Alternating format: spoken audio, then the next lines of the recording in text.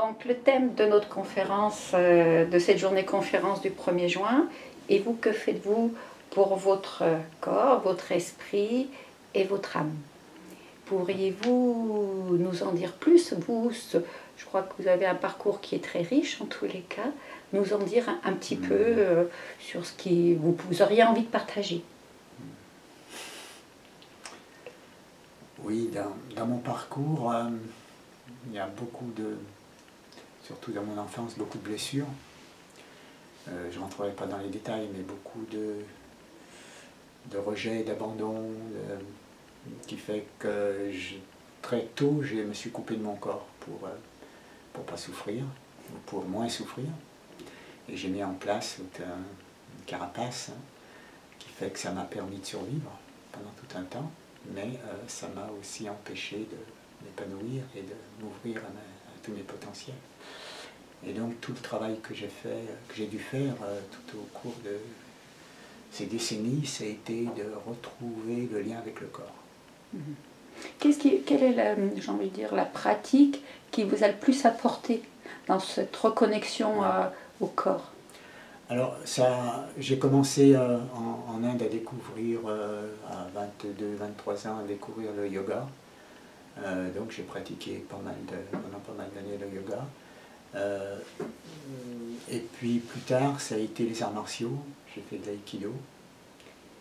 Et en fait, avec tout un parcours, j'ai rencontré au bout d'un parcours Thich Nhat Hanh il y a 22-23 ans.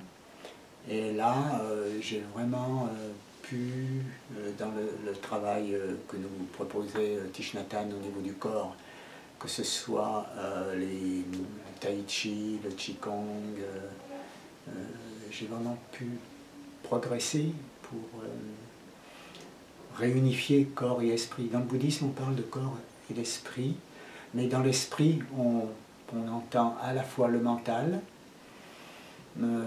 l'être profond, on pourrait dire ce que vous appelez l'âme. Nous on ne parle pas d'âme parce que dans le bouddhisme il n'y a pas d'entité séparée. Nous sommes constamment en interdépendance. Mais il y a quand même un continuum de conscience qui fait que on appelle ça notre être profond, ou notre nature de Bouddha, la nature essentielle qu'on pourrait assimiler à l'âme.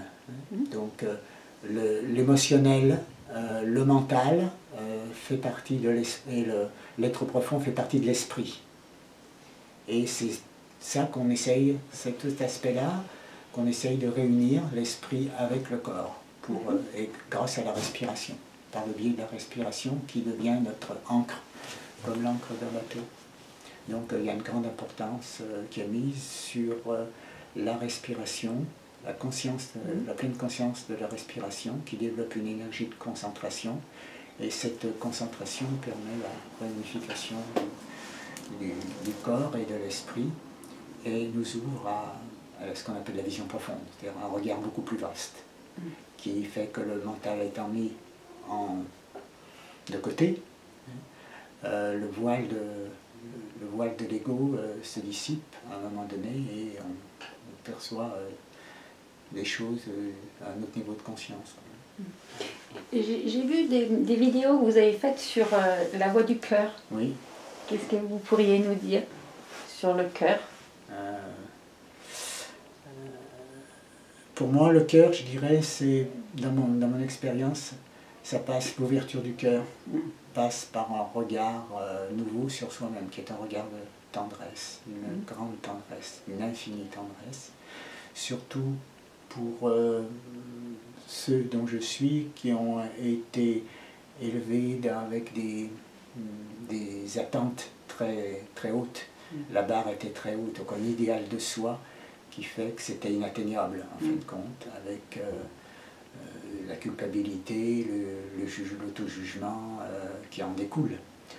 Et ce que j'ai découvert avec progressivement, mais surtout avec Thich Nhat Hanh, c'est cette nécessité à un moment donné de porter un regard de grande tendresse sur soi-même. Et pour ça, pour moi c'est important de voir que tout notre parcours, tout mon parcours, aussi souffrant soit-il, il a été nécessaire. pour m'amener jusqu'ici. Rien n'a été inutile. Et qu'à la limite, même les défenses névrotiques, elles ont été utiles. Donc je remercie cet aspect de moi qui fait que je suis un survivant. En fait, nous sommes tous des survivants. Donc partant de ce principe-là, de cette idée-là, c'est important de remercier la vie de nous avoir fait tout ce parcours pour nous mener jusqu'ici, à ce chemin de transformation et guérison. Et donc il y a un deuil à faire, à la fois une gratitude, merci à la vie de m'avoir permis de venir jusqu'ici, merci ma névrose de m'avoir conduit jusqu'ici. Maintenant c'est plus utile, donc on va t'abandonner progressivement pour entrer dans un nouveau niveau de conscience et mettre en place des comportements beaucoup plus appropriés. Ces comportements s'appuient sur cette tendresse que j'ai découvert en prenant conscience de mon enfant intérieur. Parce que dans tout ce travail-là, c'est un grand travail sur l'enfant intérieur pour prendre conscience de ses blessures, de ses besoins, voir qu'est-ce que je peux satisfaire de ses besoins, qu'est-ce que je ne peux pas satisfaire, et donc faire un deuil. Le deuil de ce que j'aurais aimé qu'il soit et qui n'a pas été. Alors toute cette tendresse et ce deuil, comment vous en êtes arrivé, si vous aviez un conseil, parce que c'est vrai qu'on est tout souvent, je dis, notre propre bourreau, quoi, en tous les cas. Et bien sûr, on va chercher, en fonction de nos croyances, l'expérience qui va venir confirmer cette croyance. Oui. Donc, un conseil à partager, en tous les cas, bien que le chemin de tout, on est tous différents. Pour moi, la clé, je disais, ça a été la tendresse. C'est-à-dire que cet enfant intérieur que j'ai redécouvert avec des images de mes vécus des premières années, voire même intra-utérin, fait que j'ai pris conscience que je suis le résultat aussi de toute une chaîne généalogique, et que j'ai vu que, pour avoir travaillé au niveau aussi des codages biologiques et transgénérationnels, j'ai vu les blessures de mes ancêtres, de mes grands-parents, de mes parents, que tous ont fait de leur mieux, et qui fait que j'ai vraiment pu toucher mon enfant blessé, mais aussi l'enfant blessé de mes parents, de mes ancêtres. Et de ça, il y a né une grande compassion, une grande tendresse et une grande compassion, compréhension. Compréhension, compassion qui fait que le cœur s'ouvre. Et là, ça s'est fait par le biais de la rencontre avec mon maître, Thich Nhat Hanh, qui a ouvert une porte en moi. Et là, ça s'est traduit par des pleurs, le cœur qui s'ouvre. Et pendant plus d'1 heure, ça a coulé, à la fois des larmes de nostalgie, mais aussi de joie, de voir qu'un espace d'amour, un espace vaste d'amour et de paix s'ouvrait en moi, et qui fait que, bon voilà, il y a un avant et un après, quoi. Après ça, je sais que la vie m'a porté, nous sommes portés par une énergie d'amour, et qu'il y a une direction.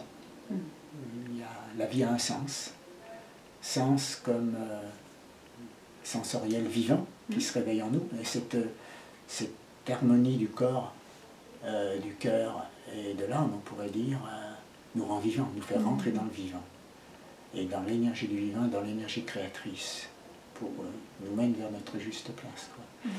Et ça se traduit aussi par le sens comme une direction, et comme une signification. Et quand il n'y a pas de direction, il n'y a pas d'axe porteur. Avant, j'étais désaxé. Quand il n'y a pas d'axe, on est désaxé. Et le fait de se recentrer, on entre dans son énergie, et on pourrait dire que dans sa verticalité, tout s'aligne. Et tout s'aligne, quoi. Alors, les chakras s'alignent, plus ou moins bien, mais enfin, on entre dans un alignement et dans une ouverture du cœur et de l'esprit. Les deux vont de pair. Ouverture du cœur, de l'esprit et de l'âme, puisque vous parlez d'âme. Alors, vous êtes un homme de transmission, en tous les cas, puisque aujourd'hui vous continuez, et vous me parliez tout à l'heure, vous allez vous organiser cet été, en tous les cas, un groupe. Vous pourriez nous en dire plus? Oui, ça fait partie d'un travail que j'ai envie de transmettre, parce que je l'ai vécu moi-même. J'ai reçu de Durkheim, dont j'ai suivi les enseignements pendant pas mal de temps aussi avec Arnaud Desjardins, et puis après Thich Nhat Hanh, sur cette harmonie corps, cœur et esprit, âme, et la prise de conscience que quand on entre dans cette réunification, on entre dans le courant de la vie et dans l'énergie du vivant, et on devient vraiment créateur. Mais pour ça, c'est important de laisser de côté l'énergie du mental. Donc toute la pratique de la pleine conscience et de la méditation nous aide à créer des espaces transitionnels, on va dire des intervalles entre le monde, je dirais mondain, classique, et le monde du sacré, c'est-à-dire le monde de la réunification. Le monde de la division et de la dualité est passé progressivement dans le monde de la non-dualité qui nous ouvre à une vision profonde et à une énergie de vie. Et quand on est dans cette énergie de vie, on devient créateur. Mais ça, je ne crée pas, ça crée à travers moi. Ça se crée, ça se fait. Et tout ce travail sur le corps, à partir du modelage d'argile, à partir de l'expression corporelle ou du chant, on entre dans cet espace transitionnel où tout doucement on passe de la dualité à la non-dualité, et les choses se créent à travers nous, par l'improvisation du chant, par la danse et par le modelage spontané. Et là on quitte les notions de bien, de beau, des canons culturels pour rentrer dans l'énergie créatrice qui est une force de vie. Et ça jaillit en nous. Le chant jaillit, la danse, le corps jaillit, et la création des mains jaillit aussi. Et on s'étonne et on s'émerveille de voir que ça se fait à travers nous et qu'on est un canal quand on est. Merci beaucoup. Une petite dernière question. Oui. Quelque chose que vous auriez envie de partager, de donner, ou de votre expérience, ou de conseils, bien que les conseils, c'est jamais... Oui.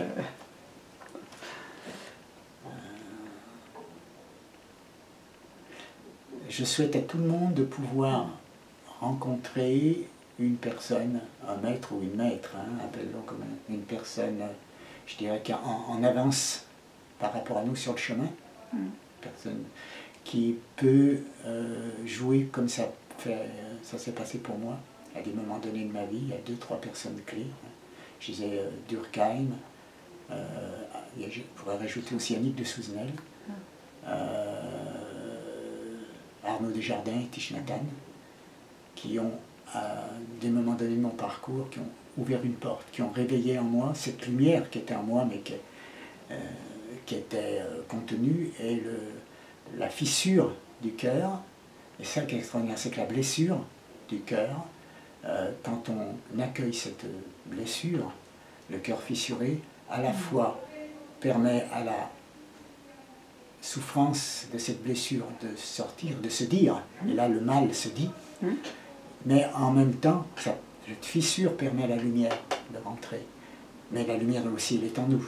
Donc il y a un va-et-vient qui fait que nous situons dans un vaste courant de vie où nous sommes qu'une des vagues de l'océan, pour prendre une métaphore bouddhiste, à côté d'autres vagues, mais qu'on appartient tous à la même eau du même océan. Et donc, c'est rencontrer ce maître, mais le maître, il faut l'appeler, et quand les conditions sont prêtes, on le rencontre.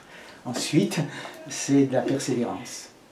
Éviter peut-être de trop papillonner ici et là. Il y a un moment donné, il y a une voie qui va s'imposer à nous, et qu'il y aura une discipline. Je ne pourrais pas dire une ascèse, mais dans le bon sens du mot, c'est-à-dire qu'il est patient, persévérant, parce que comme l'archer qui, dans le zen, qui pendant 1000 fois va tendre l'arc et la flèche dans la pleine conscience, mais sans lâcher la flèche. Et puis un beau jour, la flèche part toute seule. Et ça, c'est le fruit de la répétition, comme un musicien qui fait ses gammes jusqu'au jour où ça joue à travers le micro. Tendresse, persévérance, patience, confiance aussi. Donc, gratitude aussi, parce que chacune des petits éveils ou des petites expériences d'ouverture du cœur, si j'en prends conscience et que je remercie la grande vie pour ça, c'est guérissant aussi. Et puis se pardonner aussi, mais ça c'était tout à l'heure, quand on fait le deuil,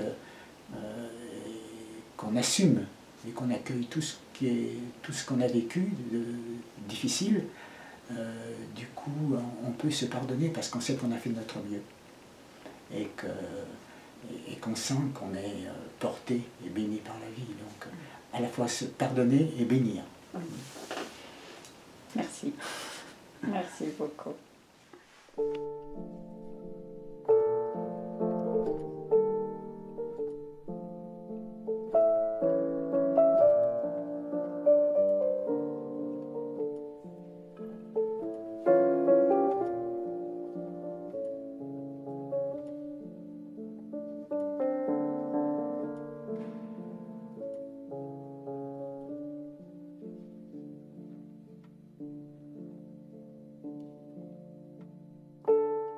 Bonjour Arnaud Rioux, merci beaucoup d'avoir accepté de répondre à quelques questions.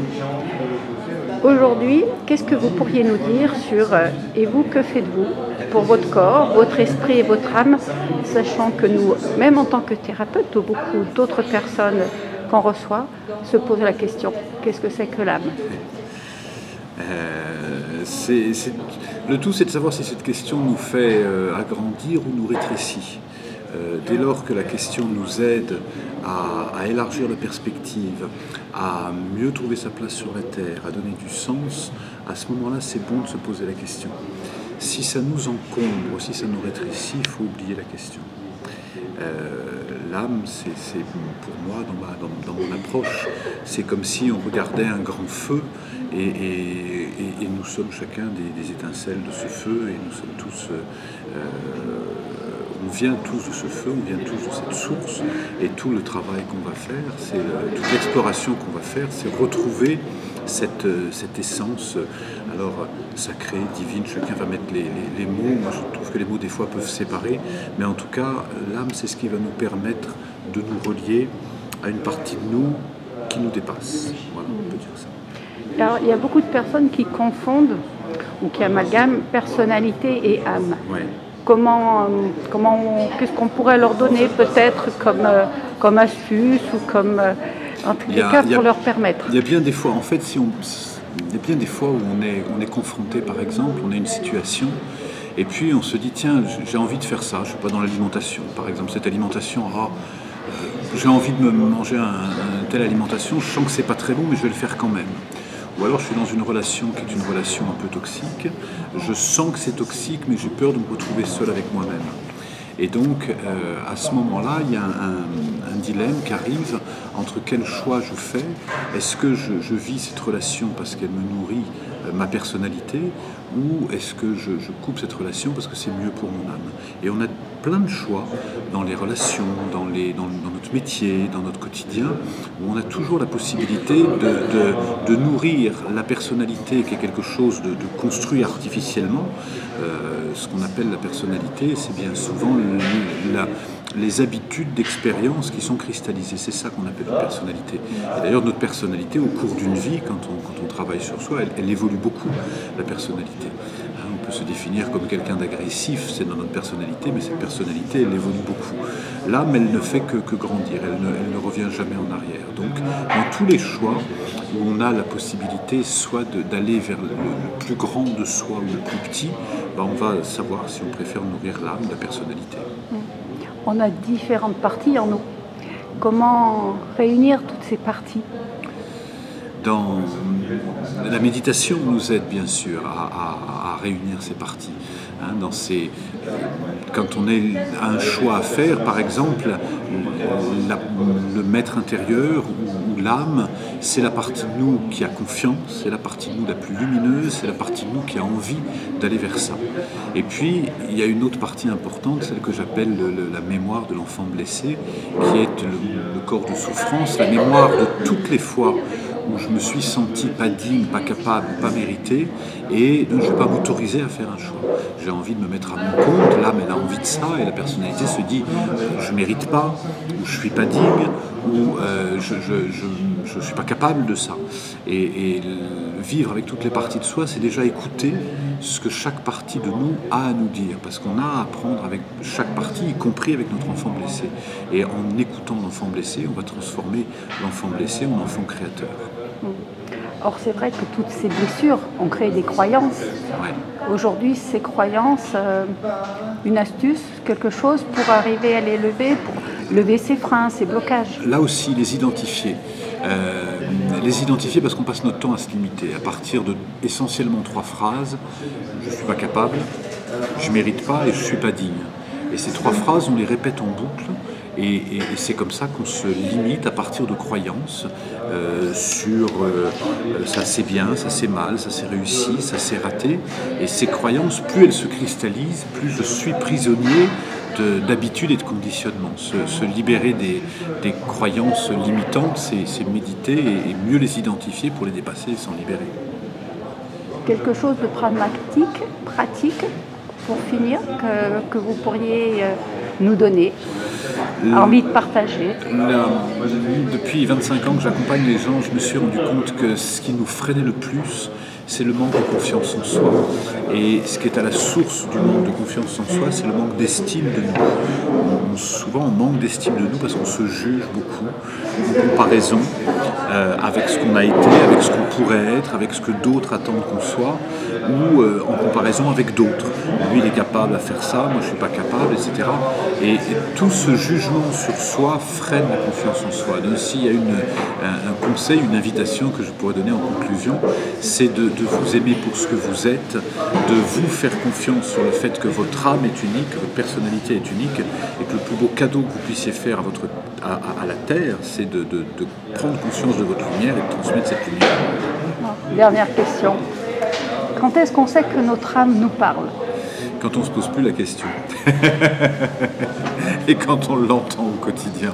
Et là, la question se pose plus. Je ne sais pas si c'est juste. Moi, ce qui me venait, quand je suis dans la joie. Aussi, ça va ensemble, en fait. Que tout est aligné. Et que tout est aligné, ça va ensemble. Merci beaucoup. Avec plaisir.